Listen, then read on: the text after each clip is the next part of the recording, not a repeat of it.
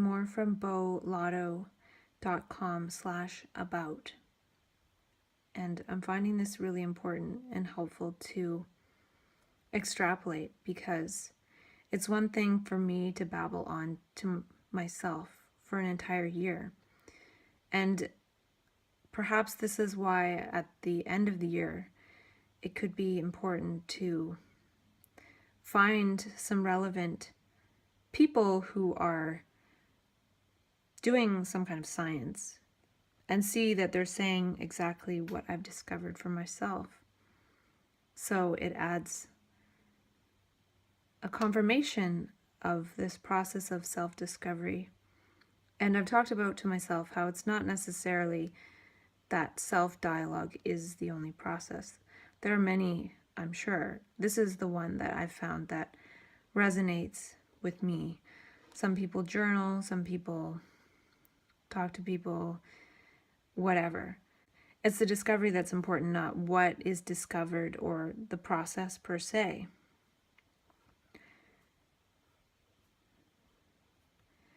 And again, I'll mention how he said that there's an ability to share and adapt knowledge to your own social and personal context. And that's what I've been doing with myself this entire year. And he's saying that leads to resilience. And he says it's only through discovery that we embody the understanding that leads to resilience. And this is the third time I've said that or more, because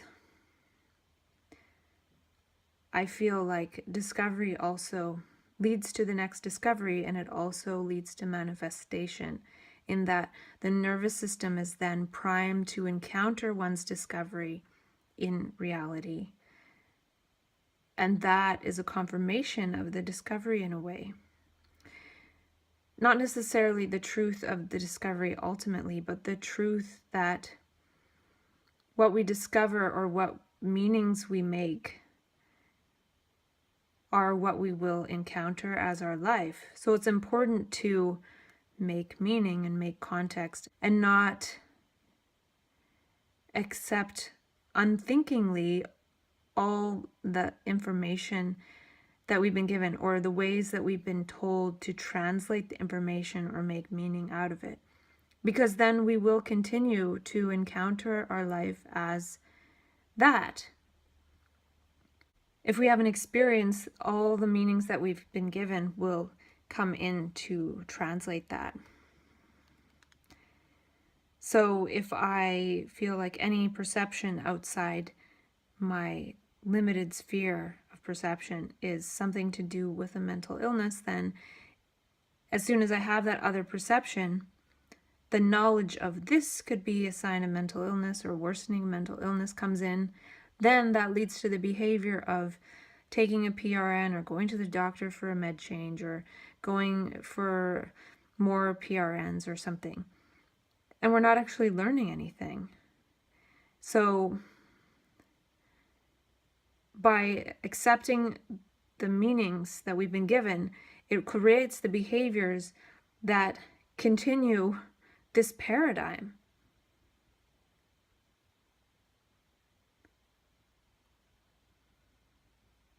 And so it seems like us accepting those meanings of what perceiving outside the range of acceptable perception is, if we perceive outside of that, then it means that we're somehow mentally defective and we should seek medical help. And I'm not saying don't do that. It seems that that's inevitable for a lot of people, but we can also learn and move ourselves out of the process just as we somehow seem to move into that paradigm. We can move ourselves out of that paradigm, but not by accepting all those meanings without thinking. And he says to adapt knowledge to your own social and personal context. He's saying that as a neuroscientist, yet the mental health paradigm would say, don't think about it in any other way than we've told you to. Don't adapt anything to your own personal and social context. We're going to tell you how to think about this and how to adapt and manage your life in the future, given this whole context of the paradigm that we're telling you is a fact. And I question that. We can make sense of the meanings that we've experienced in some of these altered states. Not ultimately, but we can wonder and be curious. And it could be that a lot of these meanings are ultimately meaningless objectively. But what is objective? Our lives aren't objective, they're subjective. So to me, this creating a large amount of context of meaning for oneself is acknowledging that we can make meaning for ourselves, we can discover for ourselves subjectively, and that's what the brain invited us into through the state of map consciousness. So it is saying yes to what the brain was initiated into and saying no more and more as time goes along. As we create more meaning and context for ourselves, we can say no over time to the meanings and information we've been given by the mental health system. We can crowd all of that out through our own process of discovery. It's similar to how when we grow up as children, we're very conditioned by our family and education. And then as adults, we move away from our family, and then we start to realize that a lot of the things that we thought were true and reality we got from our parents, but they're not ultimately true. But they conditioned our subjectivity. So in the same way, when we first get a mental illness label, we might really believe everything that we've been told. But then if we go through a process of discovery, we might be able to drop some of what we've been told in favor for our own discoveries later on in life as our life unfolds. And Bo Lotto says seeing differently is part of creativity, and I've talked a bit about that, how seeing differently, seeing something new, having new meaning or new context infuse into the moment of a perception to create perception is the very creative act. And that process in turn will lead to creative behaviors and over time change one's epigenetic matrix and unfold a completely different life, and perhaps unfold a life closer to one's original light body trajectory. And he says seeing differently is essential to succeeding in all aspects of contemporary society. So he says that, and we see differently. So to me, we are contemporaries. We are contemporary seers. We're seeing we are the contemporary society when we are that creative. And anyone who's been in that state feels like it is another world, completely another world. And it's challenging to learn to walk between both worlds, or to understand when we're in one world and when we're in the other. When we're in the world of creative perception and what that leads to, and when we're in the world of ego functioning and past knowledge and what that leads to. So if seeing differently is so important in a contemporary society, we as people who see very differently a lot of the time perhaps could inquire into how to refine this seeing differently. It's one thing to see differently, but it's another to speak differently. It's another to behave differently. So when I first went into map consciousness 6 years ago, I was seeing differently, I was speaking differently, I was behaving differently, and eventually it all bottomed out and I ended up in a so-called psychosis, and then I ended up in the hospital. And I feel like this process of self-dialogue has been a way for me to engage the seeing differently with myself. So I haven't felt the urge to talk to people about this because I'm talking about it with myself. I'm talking about my seeing differently, my creative perceptions with myself. So that energy is doing something. It's doing what it wants to do. It does want to be shared. It does want to be talked about. But the self-dialogue process is a process of acknowledging that other people aren't necessarily there. They're not necessarily going to see what I'm saying, see what I'm talking about, care what I'm talking about. And me talking with myself is also acknowledging that I know people don't care. They're busy, concerned about other things like what's on Netflix or the baseball game, and no judgment towards that. I can still enjoy those things too. But I like to talk about creative perceptions, but that's not really part of daily life. So I make it a part of my daily life through self-dialogue. So what I'm saying with that is that it seems like then I don't have the urge or impulse to reach out with my creative perceptions and then perhaps get a little jolt when it's not met with the same enthusiasm as I feel about the creative perception. And then that is part of what leads to some of the dissipation of energy, is when one shares and they're not able to see at that point in time what one is saying, then it can actually perhaps lead to one losing energy. So if all along I just attempted to say this to other people and they just walk away from me, eventually I'm just going to feel like I shouldn't talk about it anymore. But if I keep talking about it with myself, I'm never going to judge myself or stop myself from talking. So then it can just keep going on and it doesn't lose energy. And then the other thing too is it doesn't lead to as many behaviors that might be a desperation to share the creative perception. So if I go about trying to talk to people and I'm not actually trying in that space, at least the very first time, it's just what's happening. But through that happening, I've learned that it's not good to just wander around in the world and share creative perceptions. It would be like attempting to share a creative perception with person A, person B, person C, person D, nothing happens. And then it just sort of wears out after a while, versus just sharing it with myself and it doesn't wear out in the same way. Because even if it didn't wear out on person A, B, C, D, I've just shared little bits with 100 people versus all the bits in one go with myself, and not losing energy and momentum of that dialogue with myself. But I have had dialogues with other people where it's really fulfilling and we discover something deep. And the interesting thing is when that happens, I don't have the urge to write anything down. I don't remember anything we said. It's just innately fulfilling in itself. And I'm not like, oh, I got to remember this for later to talk about myself.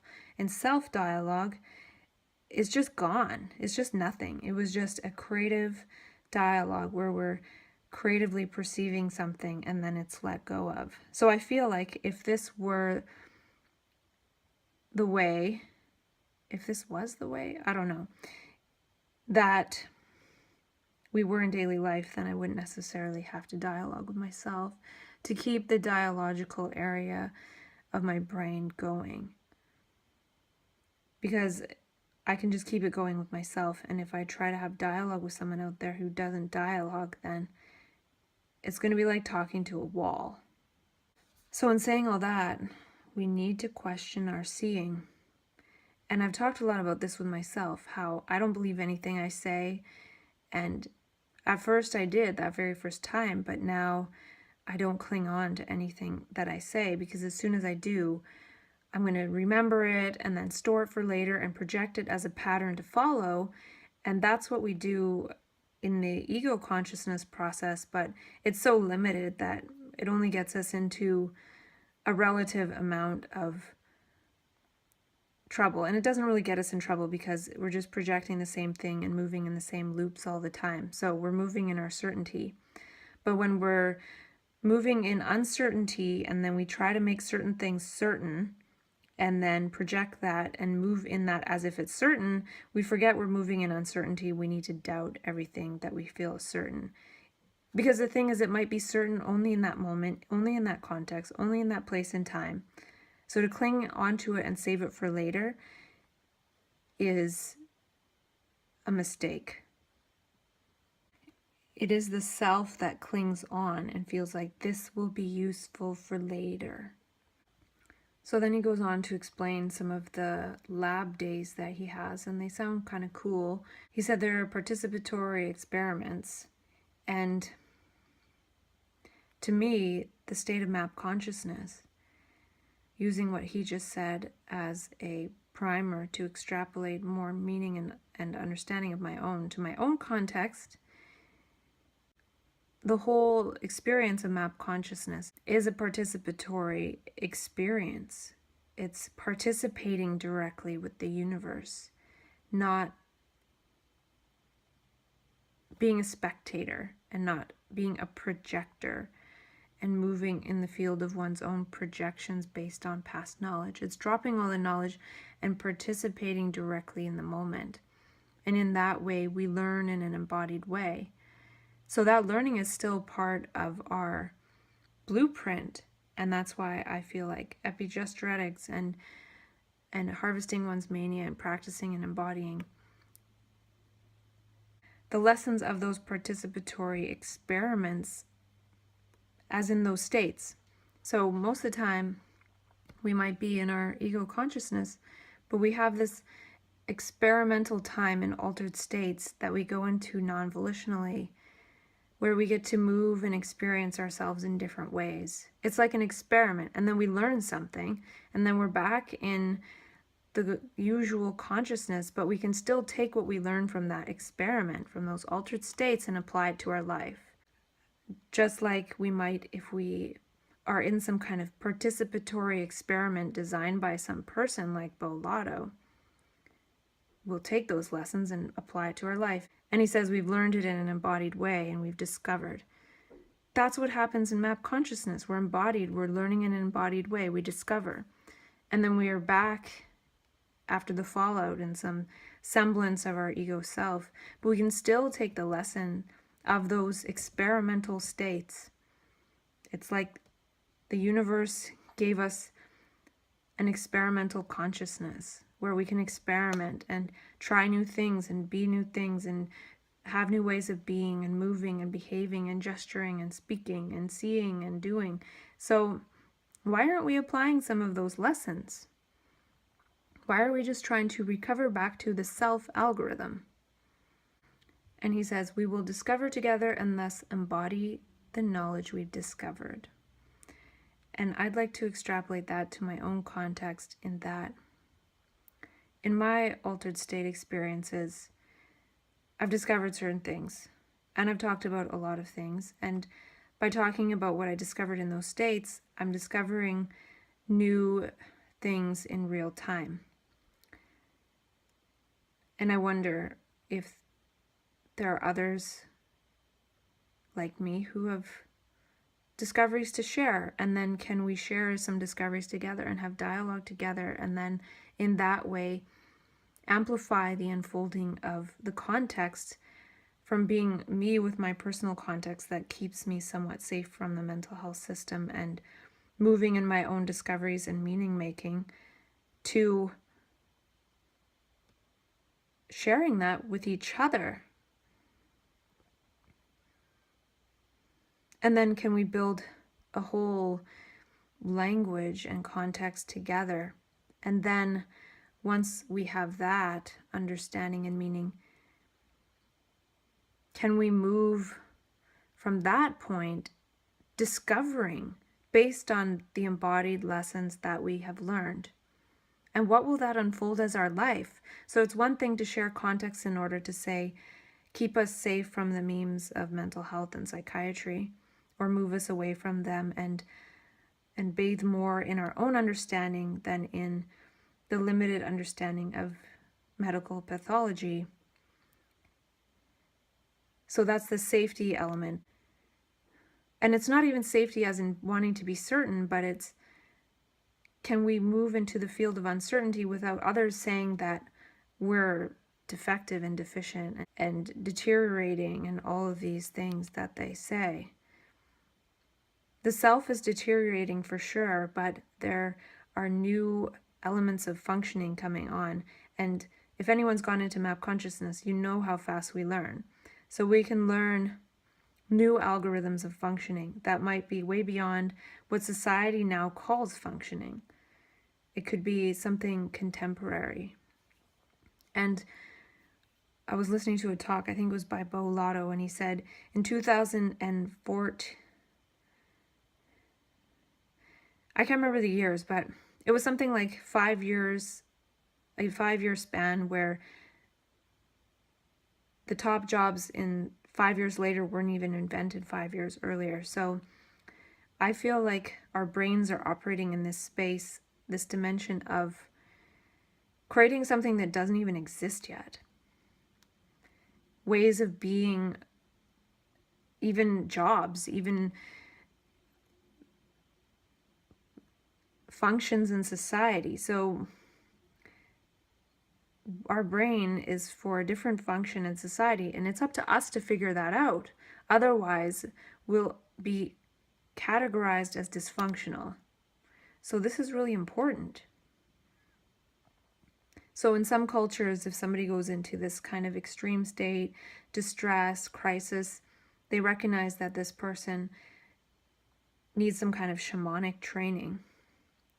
And there are people to help. So what is it that we can step into? What is our function? Can we discover that? We haven't discovered it yet. Can we discover it and create it for ourselves through our own creative perceptions and discoveries, embodied learning? The people that pathologize us are not going to do that for us. And then he says, you will have a renewed sense of wonder, motivation, and understanding that are the essential tools to see differently. Though whether in a corporate, educational, or governmental context, seeing differently is ultimately a personal choice. And what I have to say about that is it's not always a personal choice. When people are thrust into map consciousness, we don't personally choose to go there and see differently. So written from the perspective of somebody who's never gone into altered states non-volitionally, it seems like it's a personal choice. But for us as a neurotribe, where our main potential is seeing differently, non-volitionally, not because we tried to a lot of the time, we don't necessarily have a personal choice to turn off this seeing differently, but we can discover and learn what this seeing differently is attempting to unfold. And can we get with that unfolding? Can we move with that unfolding? As we learn to walk by walking, can we learn to perceive creatively by perceiving creatively? And can we do that together? And it says, Lotto pioneers understanding of perception and applies it to create transformational experiences. And I would say the universe can do that too. The universe knows more about perception than we do, and it can utilize its algorithms to create transformational experiences for us too. So that's what happens in map consciousness. There is an energy that can transform our perception, and it has nothing to do with the self algorithm. So anything we do through the volition of the self algorithm isn't necessarily going to be that. It might create a tiny little version of that as a simulator, because the ego can simulate and project a lot of things.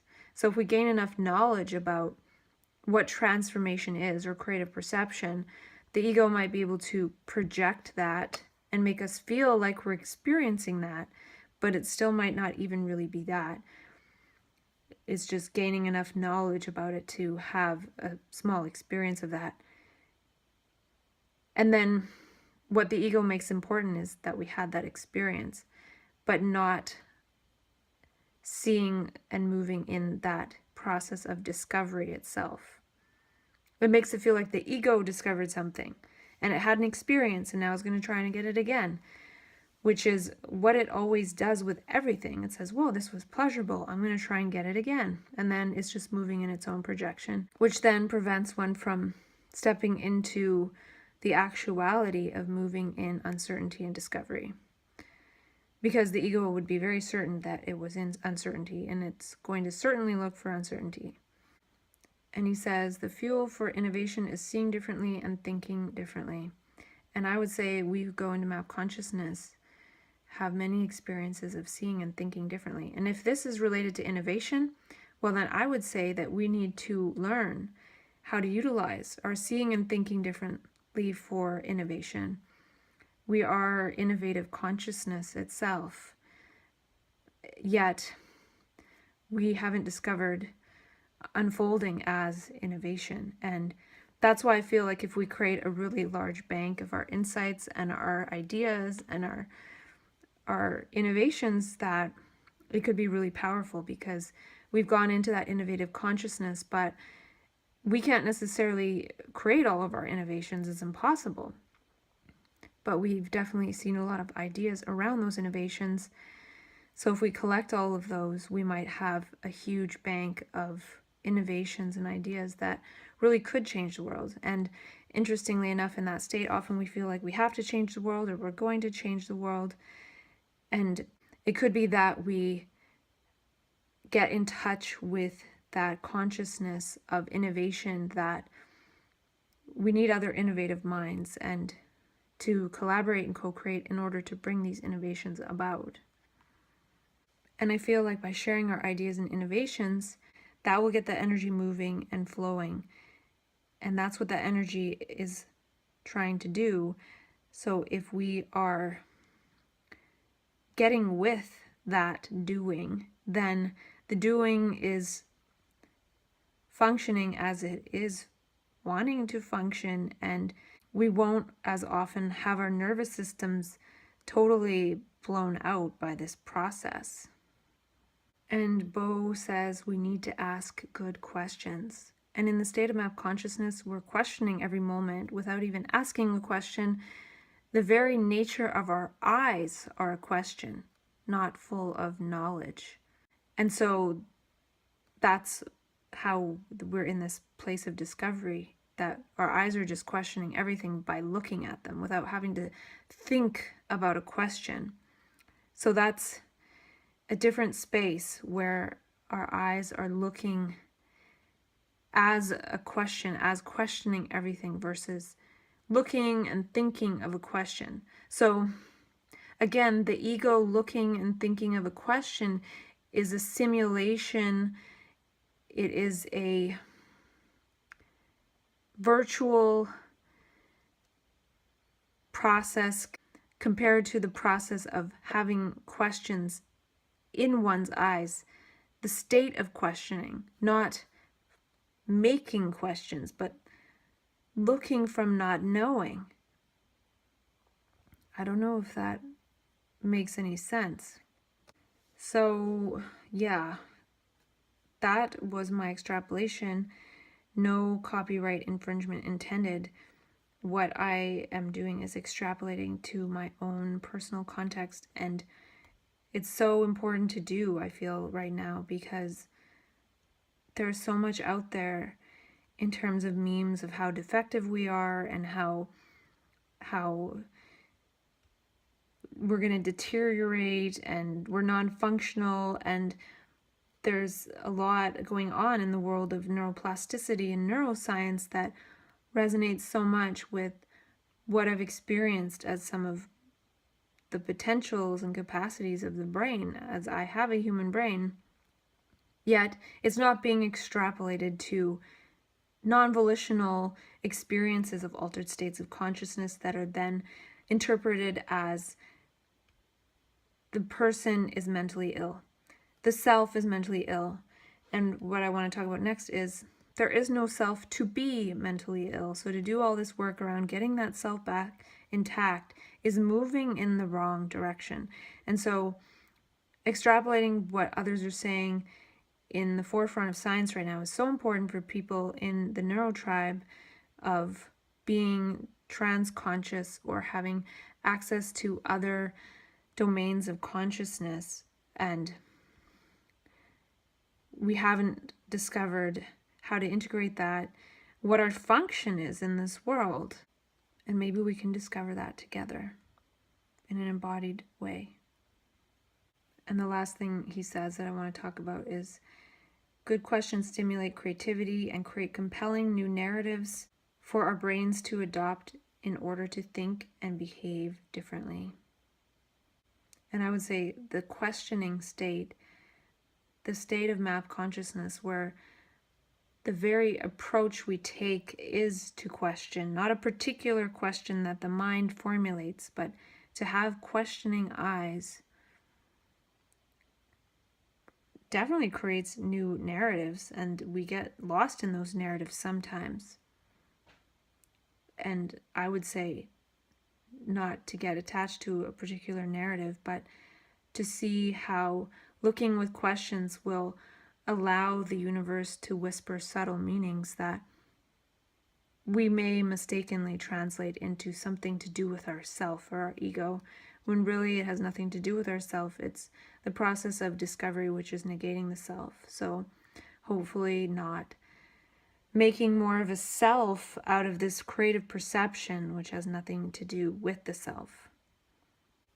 I would say the compelling new narrative for me is that all of these wonderful scientific discoveries related to flow and creativity and thinking differently and neuroplasticity and everything extrapolates and translates to people who have been labeled with mental illnesses. But people who go into those states non-volitionally, it's a big jump as opposed to what we're usually comfortable with these little incremental steps of slowly learning over time. But there is other processes than the way the ego goes about feeling like it's learning something and changing. The universe can do it much more powerfully. This other energy that is a different algorithm, a different operating system of a human being that is not the self. We take the self to be the ultimate, but it's not. And so I would like to say that narrative is not about any of the narratives that we personally come up with when we're in those altered states, but the narrative is that the brain is undergoing a mutation, a neuroplastic change, a transformation that suspends the self and breaks it down. And can we understand that energy? Can we see what the self is doing and see what the energy is doing? And can we question all of it? So the main narrative is we're not defective, but it's up to us to discover how we can be effective and how we might function in this world, because nobody else is going to tell us that. We have to see it for ourselves. Just like in that state, we've seen many things for ourselves. Yeah, I have no idea what I'm talking about.